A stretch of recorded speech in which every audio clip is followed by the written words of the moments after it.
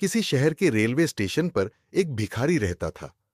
वह वहां आने जाने वाली रेलगाड़ियों में बैठे यात्रियों से भीख मांगकर अपना पेट भरता था।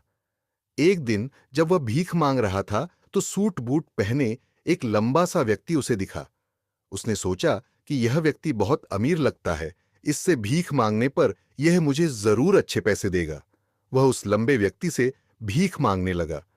भिखारी को देखकर उस लंबे व्यक्ति ने कहा, तुम हमेशा मांगते ही रहते हो, क्या कभी किसी को कुछ देते भी हो? भिखारी बोला, साहब मैं तो भिखारी हूं, हमेशा लोगों से मांगता ही रहता हूं। मेरी इतनी औकात कहां कि किसी को कुछ दे सकूं? लंबा व्यक्ति बोला, जब किसी को कुछ दे नहीं सकते तो तुम्हें मांगने का भी कोई हक नहीं है। मैं एक व्यापारी हूं और लेन देन में ही विश्वास करता हूं।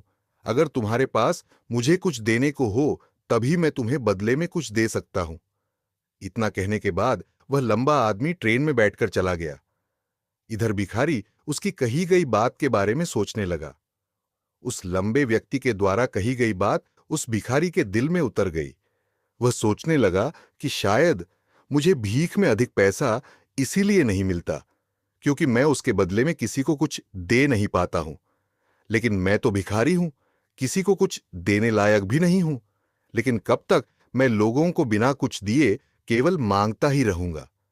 बहुत सोचने के बाद उस भिखारी ने निर्णय किया कि जो भी व्यक्ति उसे भीख देगा उसके बदले में वह भी उस व्यक्ति को कुछ जरूर देगा।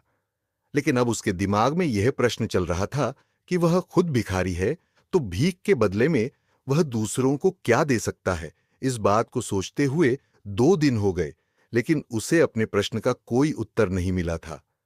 तीसरे दिन जब वह स्टेशन के पास बैठा हुआ था तभी उसकी नजर कुछ फूलों पर पड़ी जो स्टेशन के आसपास के पौधों पर खिल रहे थे। उसने सोचा, क्यों ना मैं लोगों को भीख के बदले कुछ फूल दे दिया करूं। उसको अपना यह विचार अच्छा लगा और उसने वहां से कुछ फूल तोड़ लिए। अब वह ट्रेन में भीख मांगने पहुंचा। अब जब भी कोई उसे भीख देता तो उसके बदले में वह भीख देने वाले को कुछ फूल दे देता। उन फूलों को लोग खुश होकर अपने पास रख लेते थे। अब भिखारी रोज फूल तोड़ता और भीख के बदले में उन फूलों को लोगों में बांट देता था। कुछ ही दिनों में उसने महसूस किया कि अब उसे बहुत अधिक लोग भीख देने लगे हैं। वह स्टेशन के पास के सभी फूलों को तोड़ लाता था।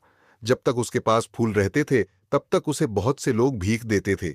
लेकिन जब फूल बांटते बांटते खत्म हो जाते तो उसे भीख भी नहीं मिलती थी। अब रोज ऐसा ही चलता रहा। एक दिन जब वह भीख मांग रहा था तो उसने देखा कि वही लंबा व्यक्ति ट्रेन में बैठा है, जिसकी वजह से उसे भीख के बदले फूल देने की प्रेरणा मिली थी।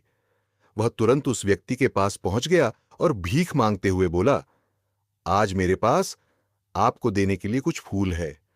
आप मुझे भीख दीजिए तो बदले में मैं आपको कुछ फूल दूंगा।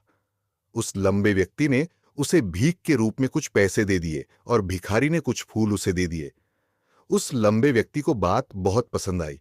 वह बोला, वाह क्या बात है, आज तुम भी मेरी तरह एक व्यापारी बन गए हो। इतना कहकर फूल लेकर वह लंबा व्यक्ति अपने स्टेशन पर उतर गया। लेकिन उस लंबे व्यक्ति द्वारा कही गई बात एक बार फिर से उस भिखारी के दिल में उतर गई। वह बार बार उस लंबे व्यक्ति के द्वारा कही गई बात के बारे में सोचने लगा और बहुत खुश होने लगा। उसकी आंखें अब चमकने लगी। उसे लगने लगा कि अब उसके हाथ सफलता की वह चाबी लग गई है जिसके द्वारा वह अपने जीवन को बदल सकता है। वह तुरंत ट्रेन से नीचे उतरा और उत्साहित होकर बहुत तेज आवाज में ऊपर आसमान की तरफ देखकर बोला, मैं भिखारी नहीं हूं, मैं तो एक व्यापारी हूं, मैं भी अमीर बन सकता हूं। लोगों ने उसे देखा तो सोचा कि शायद यह भिखारी पागल हो गया है और अगले दिन से वह भिखारी उस स्टेशन पर फिर कभी नहीं दिखा। लेकिन 6 महीने बाद इसी स्टेशन पर 2 व्यक्ति सूट बूट पहने हुए यात्रा कर रहे थे। दोनों ने एक दूसरे को देखा तो उनमें से एक ने दूसरे से हाथ मिलाया और कहा, क्या आपने मुझे पहचाना? दूसरा व्यक्ति बोला, नहीं, क्योंकि मेरे हिसाब से हम लोग पहली बार मिल रहे हैं। पहला व्यक्ति बोला, नहीं, आप याद कीजिए, हम पहली बार नहीं बल्कि तीसरी बार मिल रहे हैं।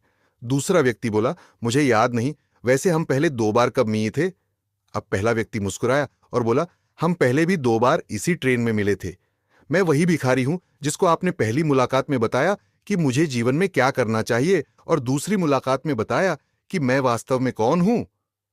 दूसरा व्यक्ति मुस्कुराया और अचंभित होते हुए बोला, ओ याद आया, तुम वही भिखारी हो जिसे मैंने एक बार भीख देने से मना कर दिया था और दूसरी बार मैंने तुमसे कुछ फूल खरीदे थे। लेकिन आज तुम ये सूट बूट में कहां जा रहे हो और आजकल क्या कर रहे हो? तब पहला व्यक्ति बोला, हाँ, मैं वही भिखारी हूं, लेकिन आज मैं फूलों का एक बहुत बड़ा व्यापारी हूं और इसी व्यापार के काम से ही दूसरे शहर जा रहा हूं। कुछ देर रुकने के बाद वह फिर बोला, आपने मुझे पहली मुलाकात में प्रकृति का वह नियम बताया था जिसके अनुसार हमें तभी कुछ मिलता है जब हम कुछ देते हैं। लेन देन का यह नियम वास्तव में काम करता है। मैंने यह बहुत अच्छी तरह महसूस किया है, लेकिन मैं खुद को हमेशा भिखारी ही समझता रहा। इससे ऊपर उठकर मैंने कभी सोचा ही नहीं। और जब आपसे मेरी दूसरी मुलाकात हुई तब आपने मुझे बताया कि मैं एक व्यापारी बन चुका हूं। अब मैं समझ चुका था कि मैं वास्तव में एक भिखारी नहीं बल्कि व्यापारी बन चुका हूं।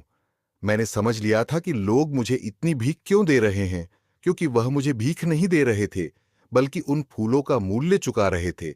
सभी लोग मेरे फूल खरीद रहे थे, क्योंकि इससे सस्ते फूल उन्हें कहाँ मिलते। मैं लोगों की नजरों में एक छोटा व्यापारी था।